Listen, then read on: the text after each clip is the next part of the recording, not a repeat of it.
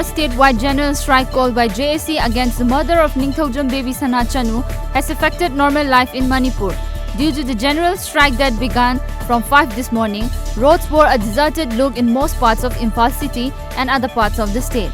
Vehicles were off the road. Educational institutions and commercial establishments remain shut. Police personnel are deployed in vulnerable locations of Imphal city to prevent any untoward incidents. Protesters also came out at Thoubal Wangkhem in support of the 19-hour Bandh today. AMSU volunteers also took part in the protest. The statewide Bandh called by JSC against the murder of Babysana has affected normal life in Vishnupur district. Vehicular movement was affected, attendance at government establishments was low, and educational institutions remained closed. There were no reports of untoward incidents so far. A Sukhoi MKI-30 aeroplane crashed in Assam Tejpur last evening. The incident happened nearby Saikia Subari in Tejpur. One of the pilots sustained severe injuries in the incident. As per information, the injured pilot have been admitted to the nearby hospital for medical assistance. One of the two pilots succumbed to injuries in the hospital. The Air Force plane reportedly took off from Tejpur airport.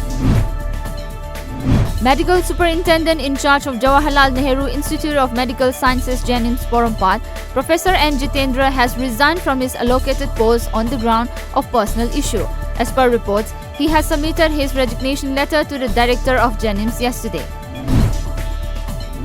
The Samjhauta Express, which was stopped at the Wagah border by Pakistani authorities yesterday, reached Delhi station at 8 this morning, 4.5 hours behind schedule as per reports. The train that arrived at Atari, Punjab, escorted by Indian crew members, had 117 passengers, including 48 Pakistanis on board.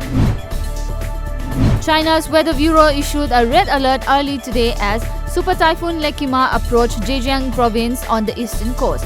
According to National Meteorological Center, the typhoon, the strongest since 2014, was expected to hit the mainland in the early hours of tomorrow.